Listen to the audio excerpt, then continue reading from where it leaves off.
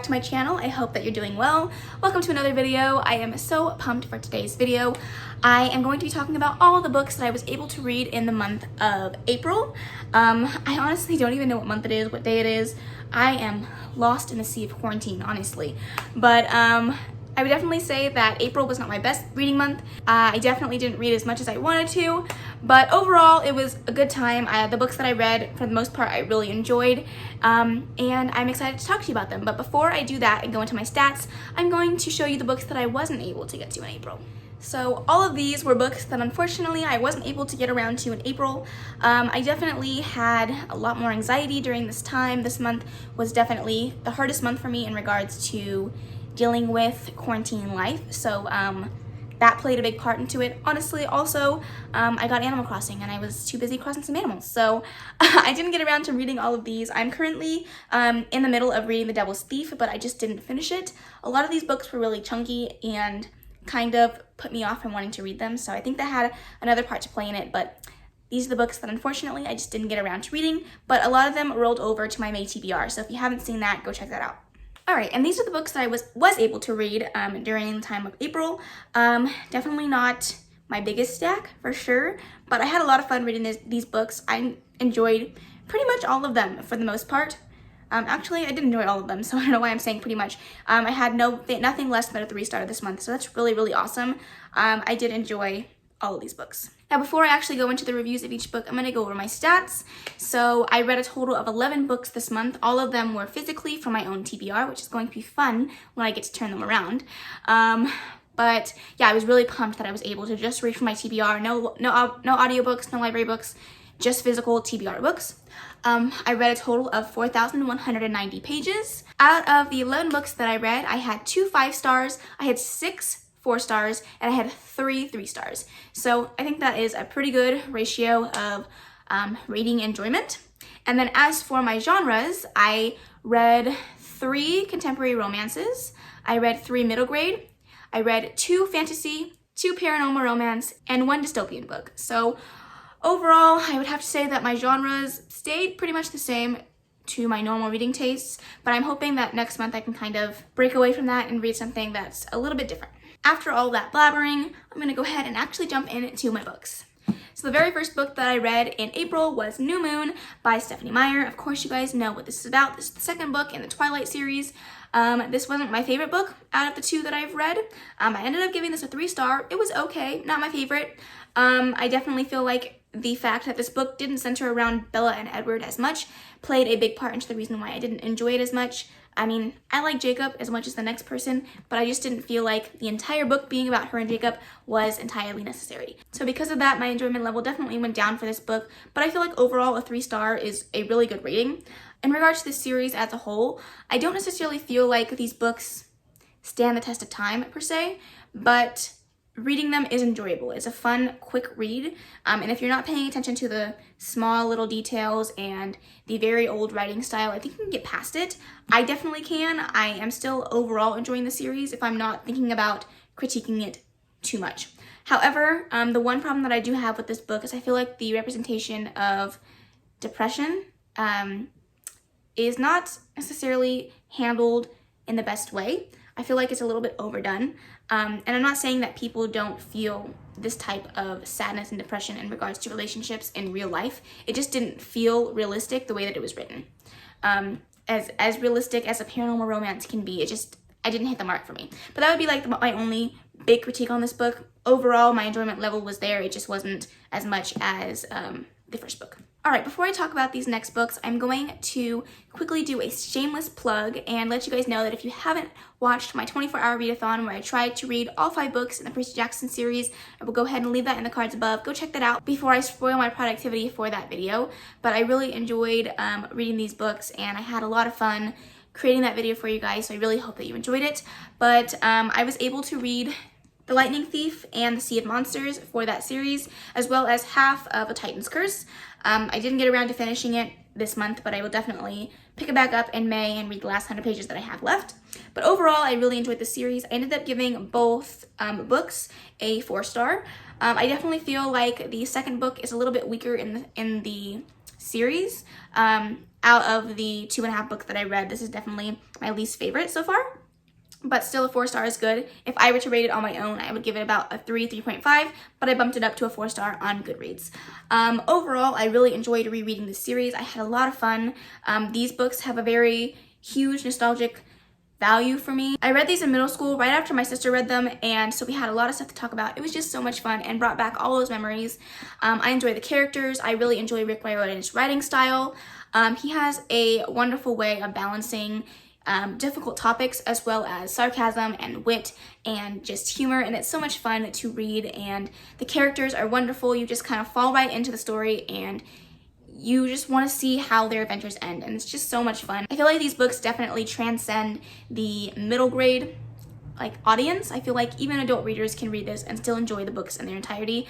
I would definitely recommend the series if you were interested in reading it. It's so much fun, it's action-packed, and I feel like everyone would enjoy it. All right, the next book that I have here is Throne of Glass by Sarah J. Maas.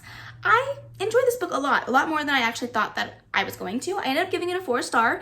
Overall, it was a fun book to read. This is about a young girl. I believe she's 17 in this book. 17, maybe going on 18, I'm not sure. But she has been stuck in this slave mine for the last year. She is a well-known assassin in their world, and she gets taken out of the mine to become a competitor for this title of the King's Champion, and she is just really excited for this because the deal is that if she becomes the King's Champion, after 4 years, she gets her freedom back. And so she has to go through this competition in order to win the title.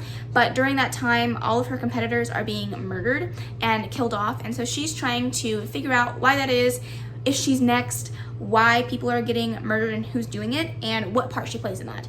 Also fighting for her freedom. So it's a really good book. I really enjoyed it. Overall, I think that the writing style does feel a little bit young. I definitely can see the age in this book. I believe, when was this published? Let's see. This was published in 2013. So I could definitely see the age showing through in this, but overall I really enjoyed the writing. I feel like Sarah J. Maas has a wonderful way of pulling you in, gripping you into the story, making her characters lovable and likable, and you want to root for them, you want to root for their relationships because you know there's always a romance, and I really enjoyed it. I think that overall I'm very intrigued to continue on with the series, and I'm so excited for Crescent City after reading this because I really enjoyed her writing style, even though this is a little bit of an older book. All right, the next 3 books that I'm going to talk about are books from my April Showers readathon. If you guys haven't checked that out, I will leave that in the cards above, of course. But the first book that I'm talking about is The Chaos of Standing Still. I really enjoyed this book. This was the diamond in the rough for me for that reading experience. Out of 3 hard-hitting books, this definitely did it for me. I ended up giving this a 5-star. I really enjoyed the story. I loved the characters. I loved the relationship in this book. I felt like it was done beautifully. This is about a young girl who is coping with the death of her best friend. She died a year ago on New Year's Day, and she is traveling back home on New Year's Eve to get back to her family, and she is really struggling with the anniversary of her best friend's death. But on New Year's Eve, she gets stuck at an airport during a snowstorm, and the main premise of this book is basically that she has a text message from her best friend that she sent right before she died, and she still hasn't read it. And she ends up accidentally swapping phones with this guy, and this entire time she is having this extreme battle of whether or not she should read the text, the anxiety that she's been dealing with, the coping mechanisms that she has for dealing with grief and death. And it's just a wonderful book. The relationship in this book is phenomenal. I rooted for the characters. I didn't cry as much as I thought that I was going to, but overall this book just handles death, grief, anxiety, the topic of moving on so well that it was wonderful. I feel like everybody should read this. If there's a book that I recommend out of all of these books that I'm going to talk about today, it is definitely this one. This book does not get enough hype, and it definitely deserves it. So read this. And then I read All the Right Places by Jennifer Niven. I didn't enjoy this book as much as I thought that I was going to. However, the ending really redeemed it for me. I ended up giving this a 4-star. This book is kind of hard to explain. It is basically about these two teenagers who go to school together, but their relationship really starts when they are both, they find each other on a clock tower at their school, both thinking about jumping. And you follow mostly the perspective of Finch, the male character, up until like the last 3/4 of the book, where you're really just following the female character. It is told in dual perspective, so you get both, but I feel like the male character was more prominent up until the end of this book. The topic of this book really follows the idea of grief and coping with things going on in your life, as well as suicidal tendencies and thoughts.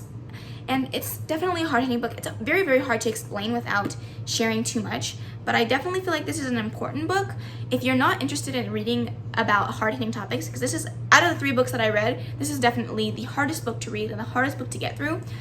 It is very dark and very deep, and even some points I was like, this is a lot. But overall, I think that the book was very good. I think that the characters are interesting. I wouldn't necessarily say likable, because I didn't necessarily like the characters, but at the same time I was invested in knowing how the story played out. But I don't think that I would reread this anytime soon. I did tab it, so it makes it seem like I really loved this book, but I tabbed mostly the parts about death and grief that were written very beautifully on the author's part. But I just don't think that this is a book that I could read anytime soon and be in the right mindset to love it. I don't know how to explain this, but it wasn't what I thought that it was going to be. But overall, I think that the story was really important, and therefore that's the reason why I gave it a high rating. And the last book that I read for that video was *The Fault in Our Stars* by John Green. This is the book that I, weirdly enough, liked the least.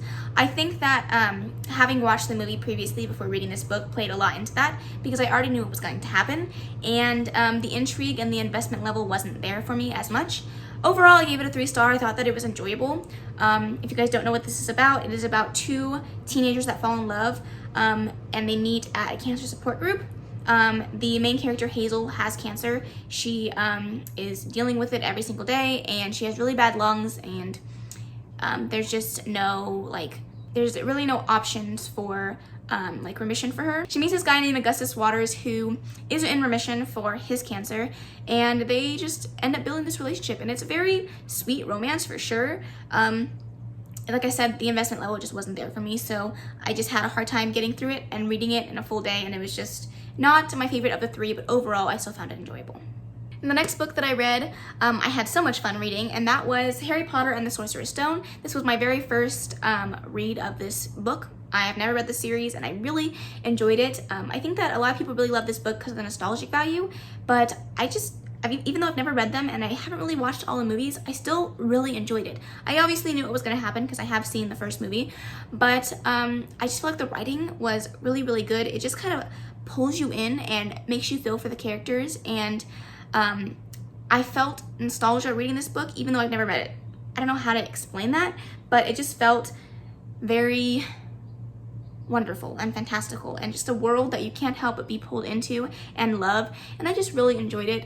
I'm not going to explain the topic of this book, you all know, but I gave it a 5-star. I really enjoyed it. I'm very excited to be continuing on with the series. My husband is pushing me to read the second book because he wants to watch the second movie with me, but I am very excited. I ended up getting a box set of this, and I love this box set. The covers are gorgeous, and I really enjoyed this book. I don't know what more to say about that. All right, we are getting to the end. The next book that I read is *The Hunger Games* by Suzanne Collins. This is a reread for me. I am really enjoying this series as a whole. I am watching the movies alongside them as well, and I'm just really enjoying it. I know everyone's rereading this right now in anticipation for the new book that's coming out in this world. I believe it comes out this month.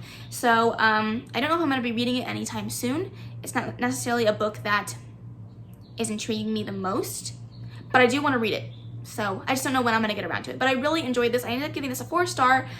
This book is fantastic. I feel like Suzanne Collins really mastered a slow story, because the beginning of this book is very slow, but the way that it's written, it's like you can't help but love it. And once you get into the games and it's all the action and craziness that goes on. It's so much fun to read, and just like, it's a short book, it's not very long, but the entire time I was engaged. I wanted to read it. I kept picking it up thinking, ooh, I know what's gonna happen next, but I want to read it. And it was just so much fun and so exciting, and I'm very excited to be continuing on to the second book in May, and I'm hoping that I enjoy it just as much as the first. And then I picked up Clockwork Angel, which is the first book in the Infernal Devices series. Everyone is talking about these books right now with the new release of Chain of Gold that came out last month or the month before that. But I've never read the Infernal Devices. I think I read the first 3 books in the Mortal Instruments series, but I never picked these up. I am really enjoying the series. I ended up giving it a 4-star, mostly because I felt like most of the book was very slow. But I think that it had a lot to do with the fact that this is a series, and there are not necessarily a lot of characters, but enough characters that you kind of want to spend time learning about them and figuring out what they're about and what makes them tick. And I really enjoyed that aspect. I just felt like overall the book was kind of a slower one in regards to the way it started. But once you get to the end and you're into the full swing of the drama and the craziness, it's definitely a lot of fun. I know who, like, the outcome of the relationships for this book, for this series, so there's not a lot of questioning there, but I have to say I love a relationship in this book so much, and I am very intrigued to continue on with the series as well as read Chain of Gold, because I love these characters. I love them, I love them, I love them. I want the best for them. Even though I didn't give this book a 5-star, the characters really brought this book home for me, because it is a very character-driven book, in regards to like the first like 3/4 of it. It's very character driven, and I love it. I love them. I love them. I love them. I don't know much more to say about that, but I love them. And the last book that I read in April was Marked by PC Cast and Kristen Cast. This is a paranormal romance where the main character of this book gets marked.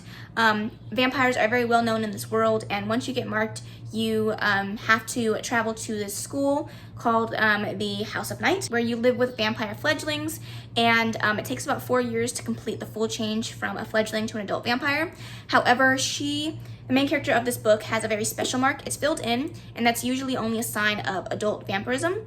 And so she is trying to figure out what her mark means, where she fits into this world, and obviously she's the main character, so she is very important, and everyone knows that because her mark is filled in, and she's only, in this book, literally, I think she's like, it's handled over a span of like 5 days.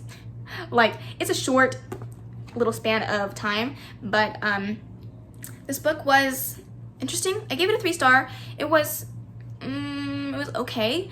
The book definitely reads very, very young YA. There are a lot of controversial things that were brought up in this book that I was not personally a fan of, but I let it slide mostly because I know that this book was written at a time where a lot of these things and a lot of the things that the author says were not things that were talked about like they are talked about now. So there was the F word, not the F word, but the F word, if you know what I'm talking about, in regards to homosexuals, was brought up in this book, which I really did not like. The use of the word retard in its context, I didn't enjoy. There are some jokes about redheads in here that wasn't tasteful. It's just like things like that you know that the book is old in the way that it talks about those things. But I'm really intrigued to continue on with the series. It wasn't my favorite book.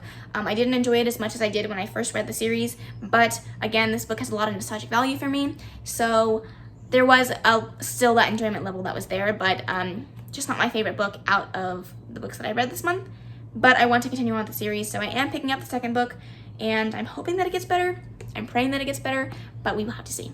Alright, that is all of the 11 books that I read this month. I'm going to quickly put in the clips of me turning these books around. I'm loving the colorfulness that is coming back into my shelves with reading all of these books, and I'm hoping that you guys are enjoying that process with me.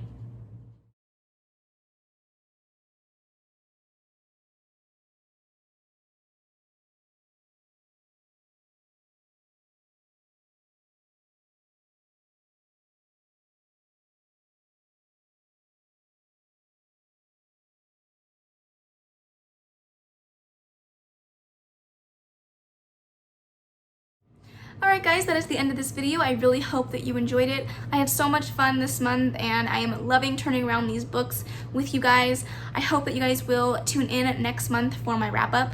But other than that, I would love to hear what you guys are reading in the comments below. Please let me know the books that you finished last month, the books that you're planning on reading this month. I would love to have some conversation with you guys down in the comments below.